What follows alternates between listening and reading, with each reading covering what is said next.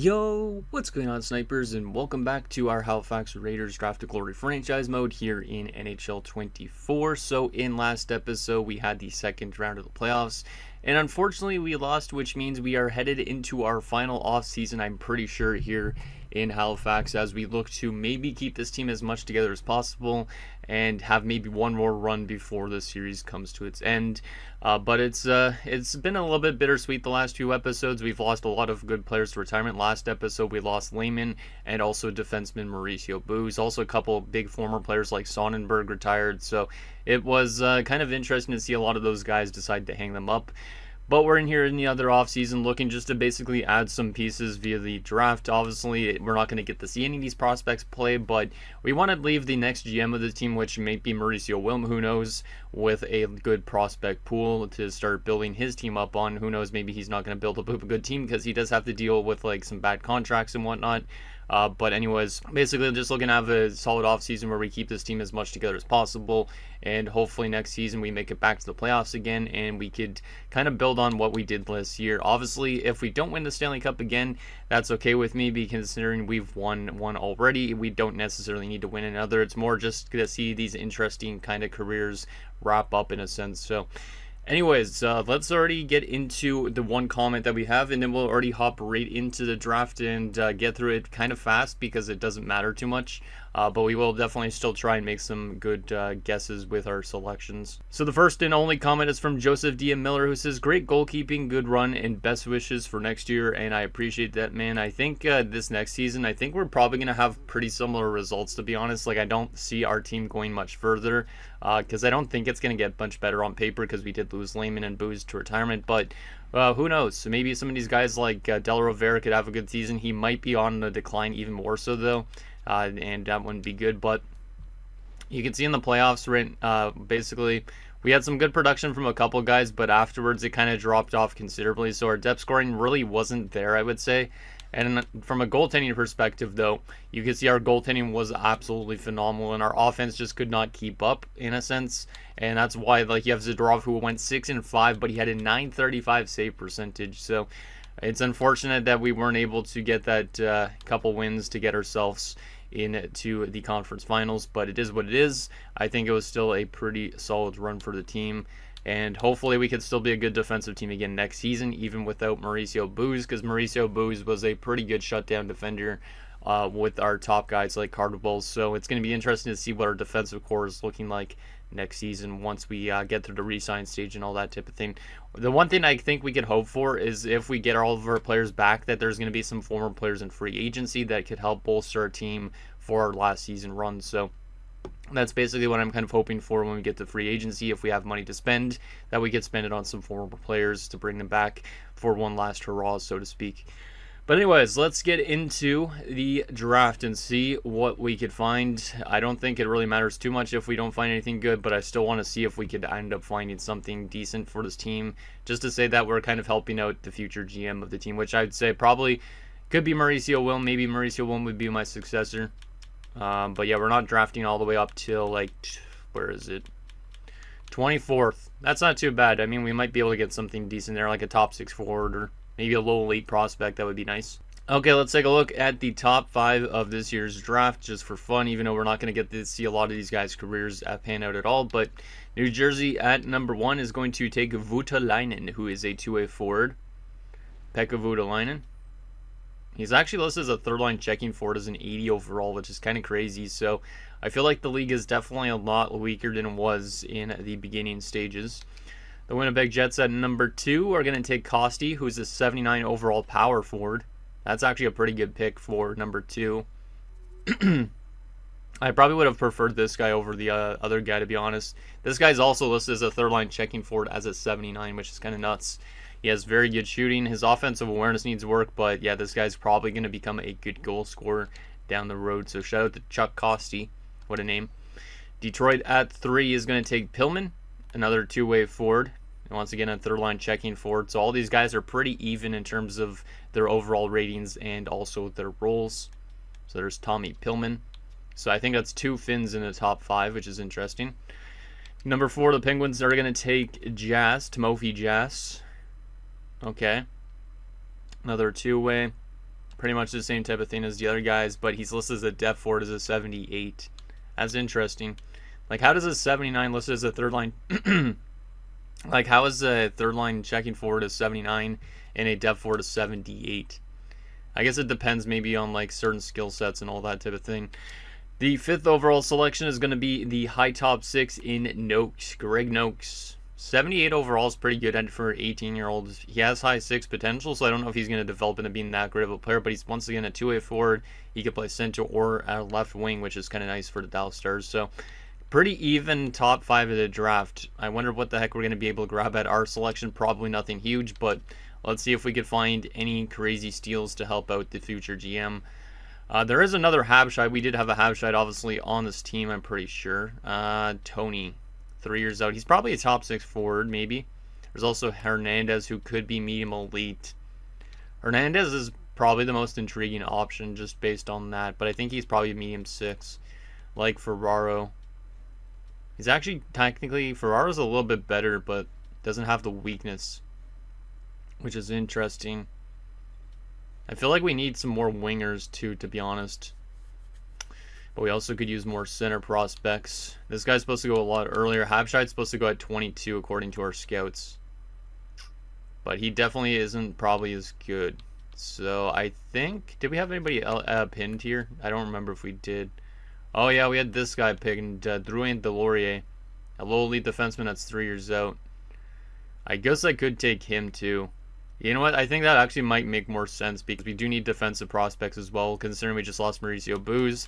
Let's draft Jean Drouin Delorier from St. John's, I think it said. 62 overall defensive defenseman. That's not too bad. I will take it. I think I would rather take that guy anyways over a medium 6. So there's Drouin Delorier. I think these later picks I might honestly just sim through, just because we're going to get to the stage where the prospects aren't going to really be that good anyways. We could just take ourselves a goalie prospect who's a gem who might have a high starting overall. You know what? We're going to take Rohan Perry for the fun of it. Rohan Perry. 66 overall, medium elite at 19. Not bad. A little bit of a low overall for a 19-year-old, I think. But still, gives us another goalie prospect for this club. Not that we need it, but still. Let's see. Is there anything else I want to draft in this? Or am I just going to have to sim the rest of this draft? Because I don't think there's really much point just looking through a lot of this draft class. There is a guy with the last name Heatley. We could take him. Also, medium 4 defensive defenseman in Johnny Clancy. No strength, no weakness. He's probably a major project player, but he does have good potential. I don't know if Heatley for sure is low elite. I feel like he could be like a medium 6 or low 4. So I think I'm going to take a chance with Johnny Clancy, just a medium 4, just to give us more defensive prospects. 51 overall, yeah, he's probably a long shot, but hey, gives us more defensive depth, which is, I think, is something that we've kind of lacked a little bit. Any other picks we want to make? Hey, there's another medium 4. I'm kind of surprised on these later round medium 4s. Andre Moroza. Let's take him as well. I did have a Moroza in my Anchorage Ice Tigers series, so kind of partial to that name. 49 overall is pretty damn low, but hey, who knows? Maybe those guys pan out in the future for this team. I think we're probably going to auto sim soon now because we're at that stage where we don't have anything for really like how good these guys are. Yeah, I think I'm going to auto sim the rest of this draft, which means this is the last draft, so that's all we're going to do. We're going to auto draft and see what the computer grabs us for 5, 6, and 7. They are going to take us Schwartz, who is probably not that great. He's probably like a bottom 6 forward or something like that, my guess. Collins and Lieb. Okay. So there is our final draft, I'm pretty sure, of the series. They might have one more, depending if I'm incorrect with how many years we're into this. But let's get to the re-sign stage. We know this is the important part. We got to bring back our head coach, so we're going to do that because obviously that's an important thing going into this last season. Let's offer him the money, and that is good. Do we have any scouts to bring back?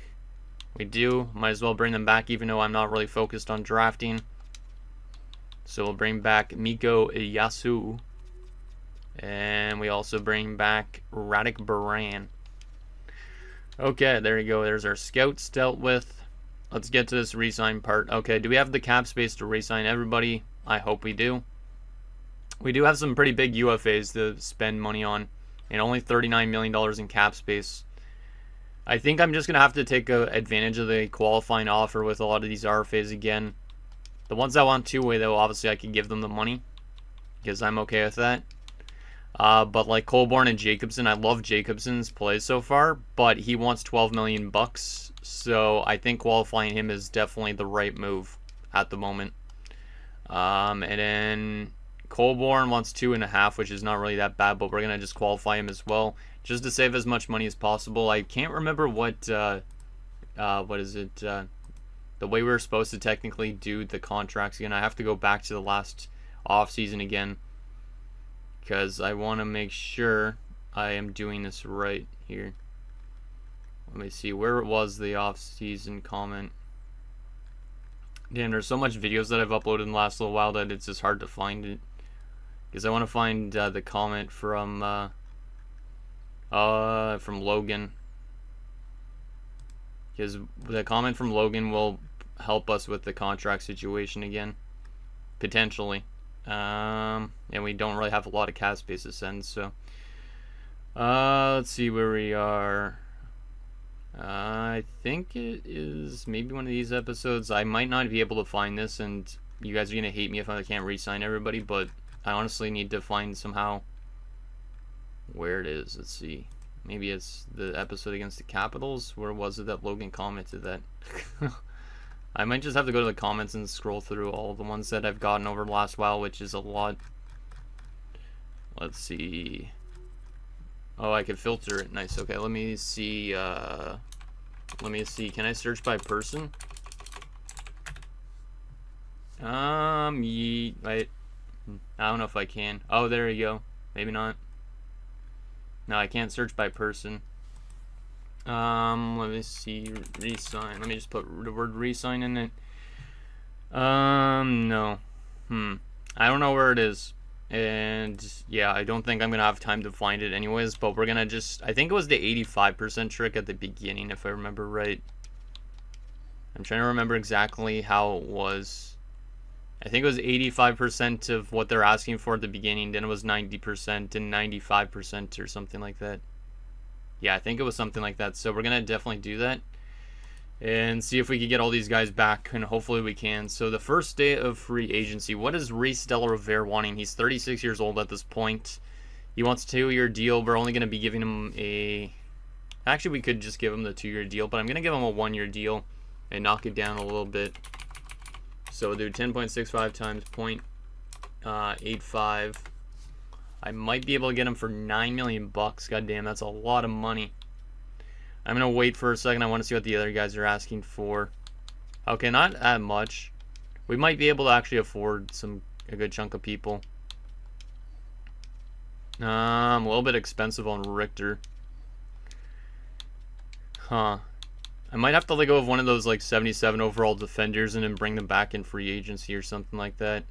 I'm definitely going to re-sign Reese Delarivere. There's no question about it. He needs to be re-signed. So let's give him what we should be able to get him for at the 85% trick.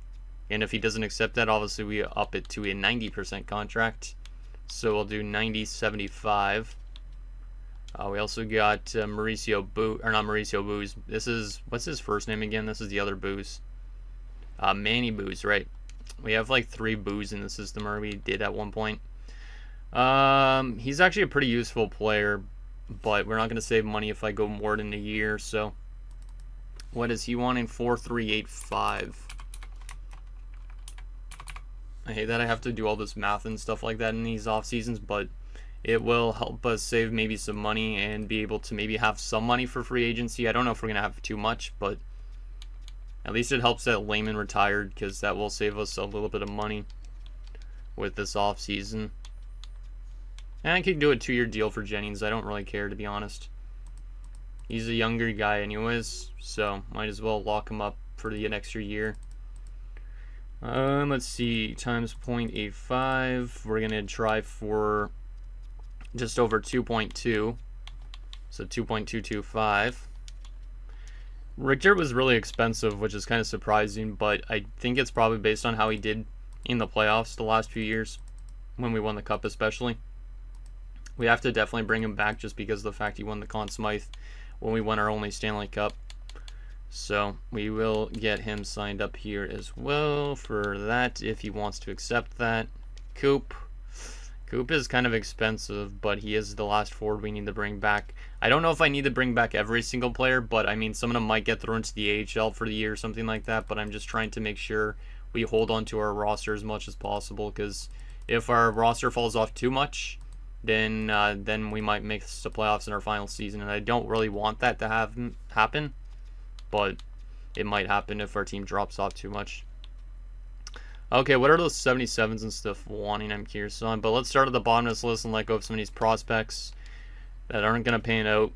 Vance, too, even though that's a cool last name because of our Chicago series last season, or last year, I should say.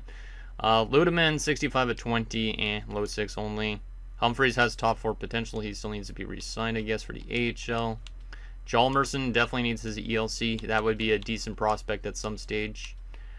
Klein and whatnot. I am going to let go of a couple of these older AHL guys, I think, just to free up some roster room. We're going to also let go of Burrish for now, just because he's going to probably, yeah, I think he's still over $1 million, which he's not worth, so there's a chance maybe we bring him back, but not right now. Sexsmith doesn't really want that much, but he does want a one-way, which makes sense. He might get a chance to play this season. There's a possibility of it. I don't know for sure, though. Let's see. Can I get him for 1.175?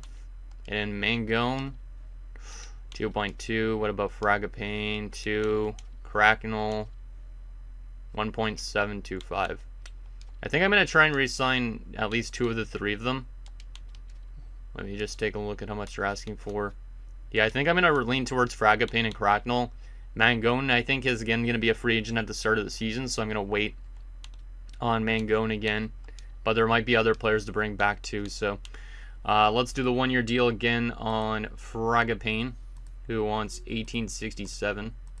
Shout out to the year 1867. 85% of that is 1600 around, or whatever you want to say.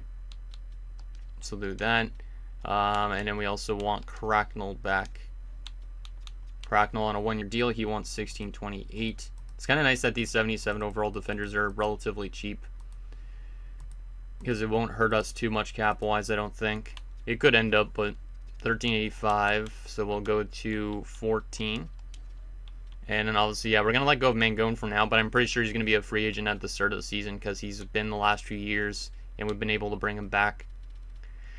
Okay, goalie-wise, we are going to sign Cam Tham to his ELC, one of the coolest names in the series, and we're going to let go of Morgan just to free up a roster spot for Tham. And we're going to advance the day and see if any of those guys reject. If they all accept, that would be very nice, because at least then I won't have to deal with a lot of these contracts. Let's see. Okay, we got some rejections in there, as expected to get a couple. We go to RFAs. Yeah, those are good. Jacobson and Colburn are going to cost us a good amount, especially Jacobson. So we might want to think about letting go of some of these guys. I feel like all these defenders, these 77 overalls, could be still free agents at the start of the season. Do I want to bank on that, though? Like, how bad is our defense without those 3 guys? Pretty bad. If we aren't able to get all 3 of those guys back. I guess I'll try the 90% of their contracts now. Maybe I'll just give them the years that they want to. I don't know. Maybe not. I don't know. I'm trying to think of how we could get these guys all back realistically here. So let's try once again now at 90% of what they're asking for. So that means with Booze, trying to get him for 3.95. That should work, hopefully. Richter's still a very expensive kind of guy, but he's an 81 overall, which is one of our better forwards too, I think. So, hey, might as well re-sign him.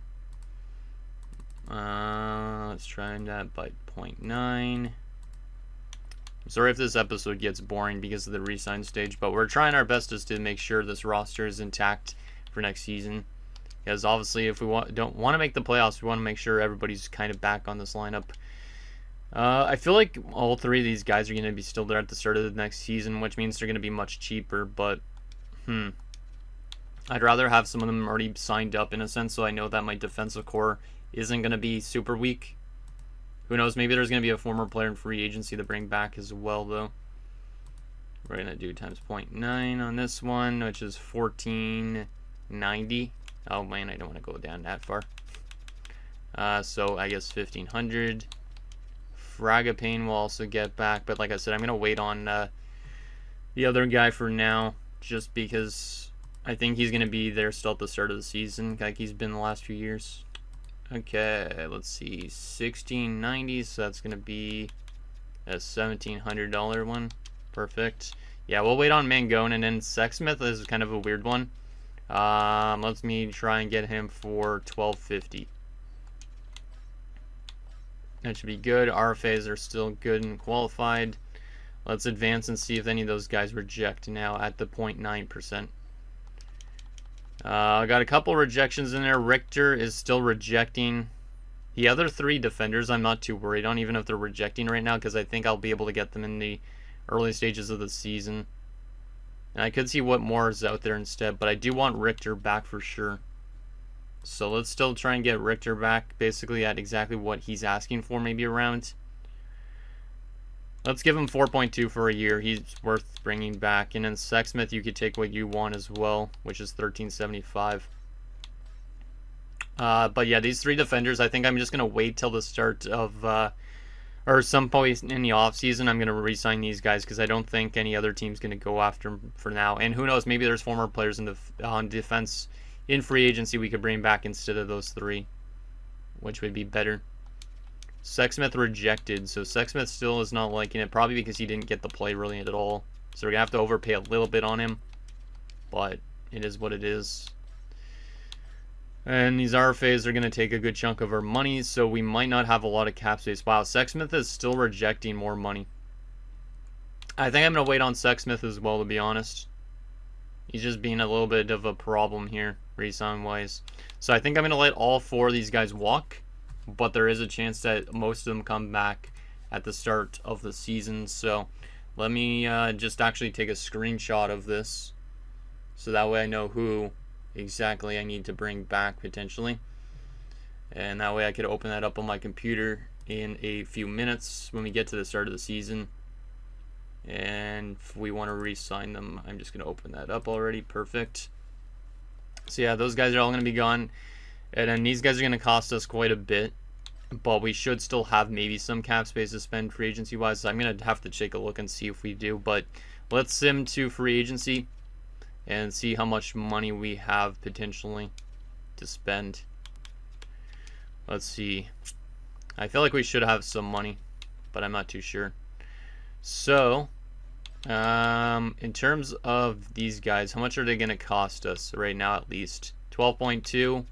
He's probably going to drop down to like, I feel like he could drop down to like maybe 8 or 9. So if he costs us 8, that drops us down to $12 million in cap space. Colburn maybe gets down to like 1.5 or 1.8. That probably knocks us down to maybe around 11 something. And then McKenzie, let's see, doesn't knock us down that much. We might have only like $5 or $6 million to spend free agency wise. McCammon wants a one-way deal. Damn, man. I mean, it's not that bad. It's not too expensive, but still.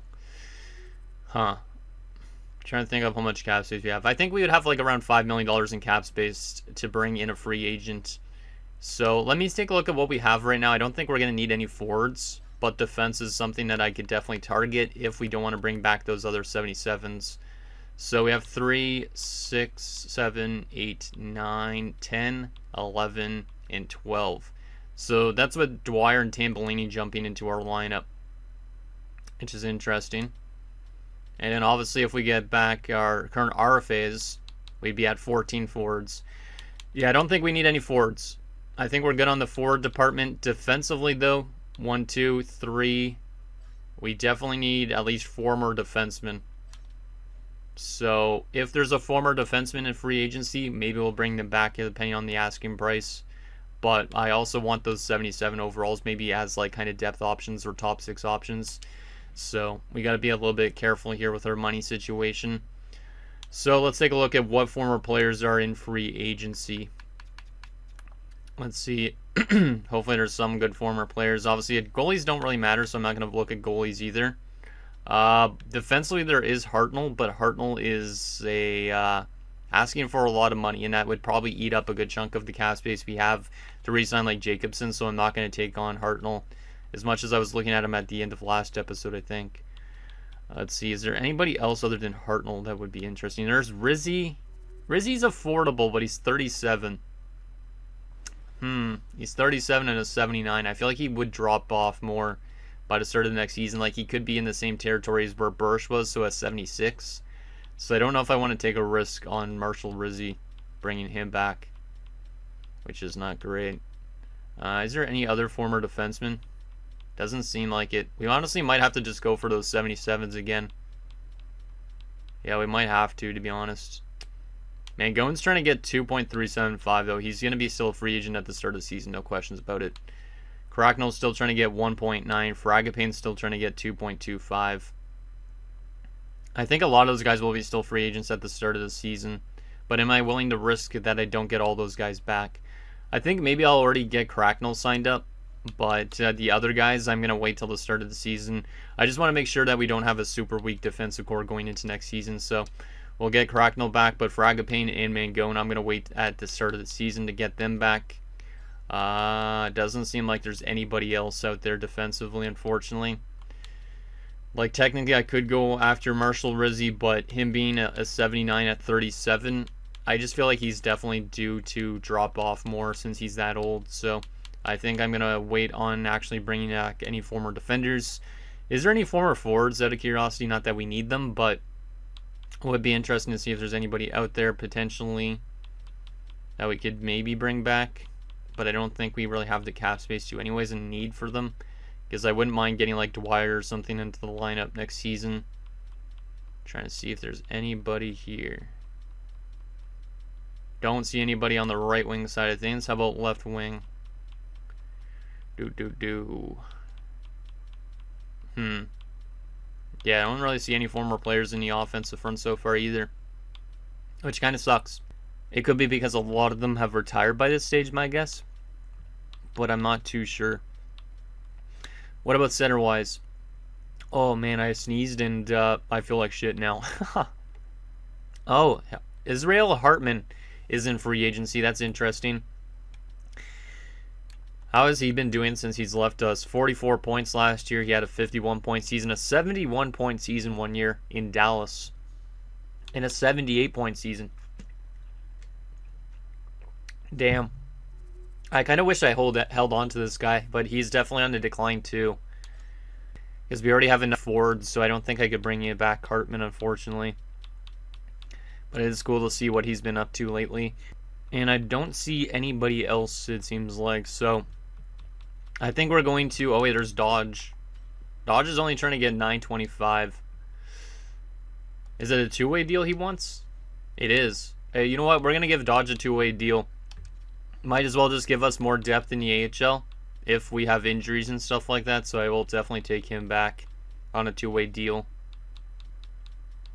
I don't think anybody else. Nope. Okay, I guess we're going to begin to start the sim up to next season. I also need to check if we need any coaches first. Which I think we need a goalie coach. Okay, so that's also number one priority because goalie coaches are kind of important. So let's go teaching and let's take on Wojtek Vokun. And he will be our goalie coach. There we go. We'll get him signed up, and then we'll have our full coaching staff signed up. We don't need scouts to worry about. And then also, who knows what our defensive core is going to look like next season. I hope that those guys are still in free agency when we get to that point. Also, hopefully our RFAs start to accept relatively soon, because I don't want Jacobson to get qualified. That would be the last thing I want, because obviously that would eat up a lot of our cap space. So hopefully no teams try to go after him, because he's definitely ours. He's important to bring back. Cracknell is accepted, so we do get our Cracknell back, which is good. Dodge has also accepted a two-way contract. And Tambellini lost morale because of a same role type of player, but don't worry, he's just going to be going into the AHL. He's not going to be playing in the NHL unless we get injury troubles or something like that. Let's go to the contract situation, see what we're dealing with in terms of the money. We're at $19.72 million. How is Jacobson's contract looking now? Still very pricey. 11.95. Hypothetically, we could give everybody contracts we want to right now. I mean, this is the last offseason. I don't really care too much about the cap space after this season. You know what? I'm just going to... Actually, wait. Should I do it right now? Because I do need defenders. I think we need to wait a little tiny bit longer. As I know, Jacobson's 11.95 will just handicap us defensively. And we need to still bring back a couple more defenders. So, you know what? We're going to just wait a tiny bit longer and see if his asking price drops off enough. Because I don't know why he's trying to get so much money, but he is definitely trying to get the payday. McCammon's been offered an offer sheet by the Red Wings. We're going to match that, even though he's technically not going to be playing in the NHL. We're just going to match that just because good to have goalie depth. Let's see. So that was the only offer sheet so far. Probably not a lot of teams have the cap space to sign Jacobson. That's my guess. Because he is trying to get quite a bit of money. Let's see if it's dropped. Yeah, it's dropped. 8.425 is a lot better. We'll definitely take that. He would be a pending UFA at the end of the year, but at the same time, I'm not going to be dealing with that contract at least, so I'm kind of happy about that. Colborne 1.975 is great as well. We'll take that. And Mauricio McKenzie 1.525 is good. So we will still have more cap space to sign those 77s, which is good. We technically could have brought back some former players in this offseason, but I don't think they're in areas we really need too much. So that's not too bad. I think our former defenders should be still in free agency, but we'll wait till the end of August to give them contracts. That way we can have our defensive core pretty much ready to go. Okay, so McKenzie is accepted, Colborne as well, and there is Jacobson. I think we could probably stop simulating now, and then we could take a look and see if those defenders are still there, because obviously we need them kind of back. And I don't think any other team would go after them, but you never know. Let's sort by overall here. Rizzy's still there too. I could bring back Rizzy still. I could bring him back. He is still technically the best. He's not too expensive. You know what? Even though he might drop off, we're going to just bring back Rizzy. Even if he drops off more so. It gives us more depth on defense, which is something we don't really have. So, and then the 77s, we'll get back Turnbull because he's a right-handed defender. Which means I think we'll probably wait on the other defense. Actually, Mangone should come back too. You know what? We'll get them all back. We have the money to spend. Might as well bring them all back. Even if some of them are in the exact same roles. Some of them will be in the AHL to start the season. Some might be depth defenders. We just want to make sure our defensive core is kind of built up in case we have any injury problems. So there we go on that front. Mangone is accepted. Turnbull's accepted. And Rizzy decides to go to the Florida Panthers. Damn you, Rizzy. Come on, man. He decides to go to Florida, to one of our rivals. Right in the August. That's kind of weird that another team actually offered him a contract at the same time as we did. Probably because he thinks Florida's going to win the Stanley Cup again, which makes sense, but damn, that really sucks. Okay, let's get our lines adjusted for the start of a new season. Hopefully we still have a pretty good-looking roster for the most part. Goaltending, Zadorov and McKenzie looks pretty good. Love that. Defensively, we have Cardwell Ramo, Kavanaugh, Turnbull, Cracknell, Mangone. Yikes. This defensive core ain't the best. We are going to have to also use Dandino as a depth defenseman, I think. Yeah, yikes. That's why I wanted Rizzy. That's why I wanted Rizzy. Because this defensive core is not looking very good. Oh my god. You know, I'm not going to have a depth defenseman in the NHL at the moment. I'm just not. But that is one of the worst defensive cores we've ever had. But luckily for us, we have good goaltending, so maybe that will be able to kind of balance itself out in a sense. Right wing wise, 1, 2, 3, 4, 5, 6, 7, 8, 9, 10, 11, 12, 13, 14, 15. Oh my god. Well, we have way too many forwards. Unfortunately, that means having to probably send Coop back down to the AHL again. And also maybe somebody else. But Dwyer jumped up to an 82. He needs to be in the lineup. No questions about it. Okay, let's see what we're working with here in terms of our lineup. We have a log jam of players. It's kind of crazy. We will go Chucky on the top line with Boucher and Hamalainen. Ozens with Erat and Jacobson. Then we will go Delrovere with... I guess... Oh, man. Booze is a third-line scoring forward. We'll Richter down the middle for a second. Tambellini could take there. Jennings could play either side, which is kind of nice. And we'll get Dwyer in here. Dwyer, I think, is a third-line scoring forward, though, right? Yeah, he is. God damn, yeah, this guy's going to be a beast, too. Where the hell do I slot him in? We can put Delrovere on the left side, I guess, and Dwyer there. We could go back to something like this. But Ice Time is not going to be happy with some of these guys. But our offensive core looks pretty damn good. Defensively, what do we want to do here? We'll go with that, I guess. Yeah, that could work. And we'll split up Ramo and Cardwell. Yeah, our team actually looks pretty good. Coburn scratch, though, should not be happening. But the only thing is the only guy I could scratch is Tambellini. And he was a former first-round pick of ours. Oh, man, we have a complete logjam. I might have to leave it to you guys' opinion on what we do. Do we put Coburn back into the lineup? Do we send somebody else down to the minors? Or do we just scratch Tambellini just because who cares at this point? I feel like Tambellini doesn't need to be in our lineup full-time yet. Like, technically, if we want a depth defenseman, we could send down a forward as well. Because I would probably use Coburn as, like, a fourth-line center. Because he can win face-offs.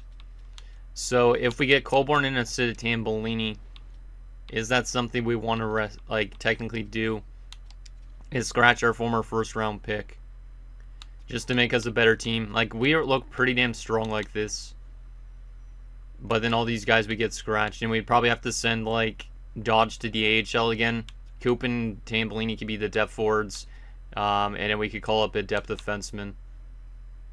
Yeah, that might honestly be the play, to be honest. I'm excited for Dwyer, though.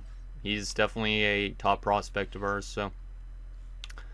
Power play, we'll just probably keep it as the AI has it. I might take somebody off, like Coburn off the power play, though. And give a chance to Dwyer, because he is a good shooter, so. Yeah, I think this actually looks not too bad. Penalty kill. I don't know how good this current coach fits with our team, but I think I like the looks of it. Obviously, some of these guys could just drop off out of nowhere, but the addition of having Dwyer in our lineup should give us some more offense, and then it's pretty much the exact same core as last season.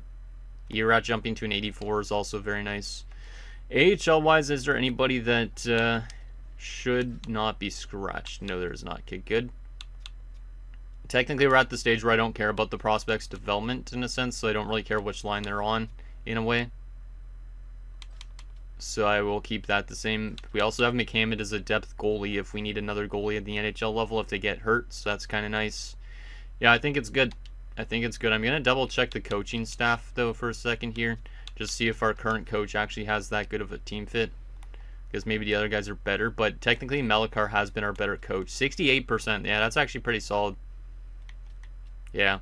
I think we're going to still have to run with Oldrich Melekar for sure. Because he's definitely been the coach that's helped us win the most.